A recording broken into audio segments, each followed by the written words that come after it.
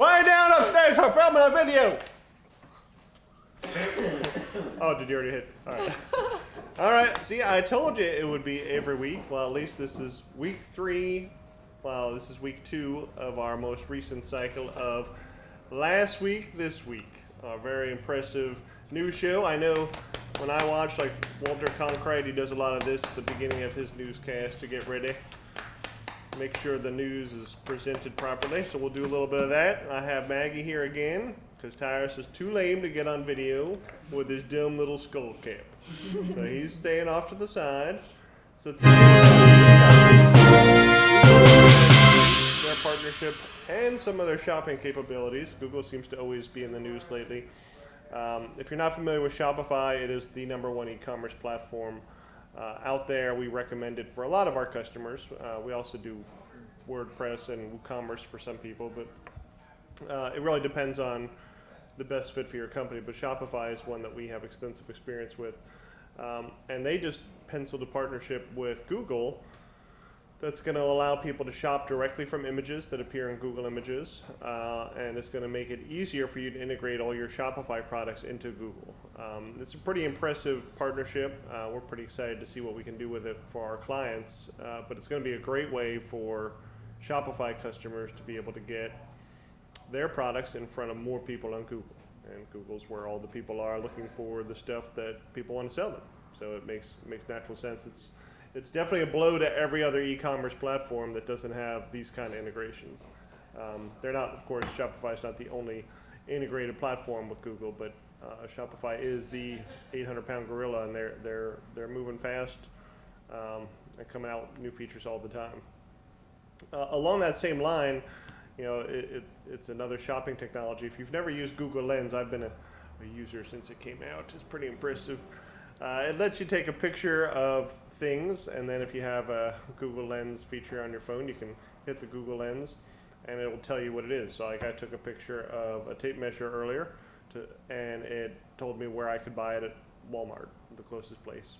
So prior to that, you know, you could use it to identify. You can take a picture of a dog, and if it's a good enough picture, Google Lens would try to tell you what type of dog it is. You can take a picture of, you know, anything, and it'll try to tell you. I took a picture of me and my sons in our Boy Scout uniform and identified it as, it came up as Boy Scouts of America. So pretty cool. Now you'll be able to take pictures of products, hit your Google Lens, and it will try to find that product online and link to where to buy it. So you know, if you're selling product and you're not linked up to Google so that Google can present your listing as the one to buy, then you're definitely missing out. These changes are going to keep coming. It's something you got to stay on top of. So next topic, I'm going to go over to Maggie and make sure my papers are ready for my next topic. So Apple's new privacy ad wants to get rid of all those prying ads watching your data. Apple's commercial spot titled Tracked highlights the iPhone's tracking transparency tool that will allow you to opt out of letting apps track your interactions elsewhere. So this new feature will be launched in the iOS 14.5 in April. And with the ad's release, Apple has put out several statements of support from privacy watchdog groups. Gus Hosian, the executive director of Privacy International, said Apple's nutrition labels require industry to be clear and upfront with customers, and tools like app tracking transparency will help people assert control over the invisible leakage of their data. The dreaded Apple iOS 14 is getting a more dreaded version of iOS 14. That sounds great. That's good news, that Maggie. Thank you for making our marketing job much harder. Thank you. Very good. All right. Our third topic for the day is Reddit. Reddit is it's definitely smaller than most of the other social networks out there, but it has an unbelievably fervent and user base that just loves using Reddit for the things you use Reddit for.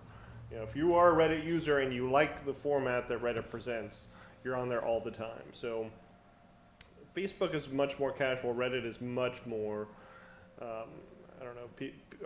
much more immersive. It's really a big, giant, glorified message board, but the way they've set it up, people that get it and know it really love it. So the struggle for Reddit has always been how to monetize that traffic and how that love. They've had advertising for some time.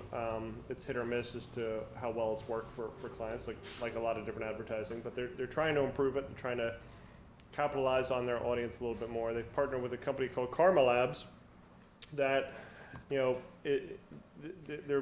they're pushing themselves to be the best in class marketing team that will be a third party to help other people advertise on Reddit. So they will have opportunities and ad space that they can buy that others won't be able to buy on Reddit, and they're basically the agency now to go to buy advertising on Reddit.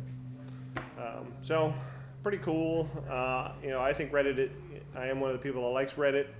A lot of people don't use it that much. It's really love it or hate it. But it's interesting to see. I'd love to see that platform be able to monetize itself and grow a little bit and become pretty stable and be able to make an offering that can compete with the Facebook and Instagram and the other networks out there. Those are our 3 topics. That is last week, this week, for this week. That's all I have. Next week, we'll have more.